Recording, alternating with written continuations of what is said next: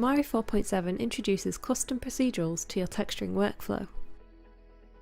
Custom procedurals act as a bridge between our existing Gizmo and material systems, giving you the ability to author procedurals that retain their reference texture maps and are bundled neatly together with a thumbnail preview for use in the shelf. Like Gizmos and materials, creating a custom procedural begins in the node graph.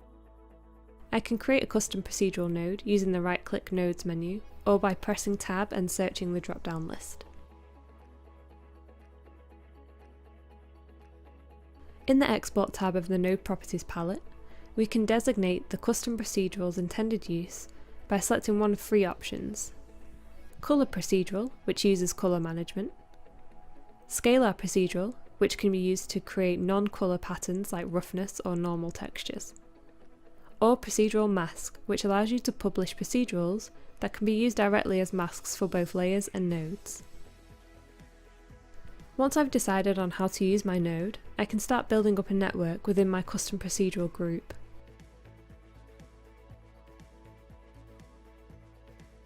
As a content creator, I may want to be able to control certain attributes at the top level to allow the artist to customize the mask effect.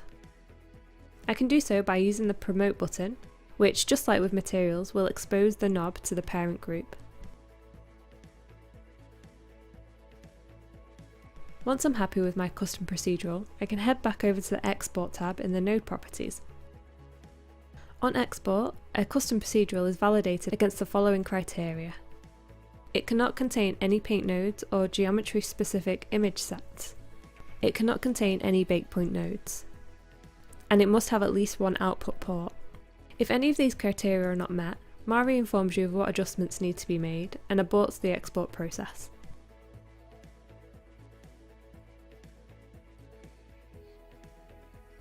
To import a custom procedural into your shelf, right-click and select Import Items. You'll see that the MPC file format is now supported. We've added extra filtering options to allow you to isolate shelf content to custom procedural types.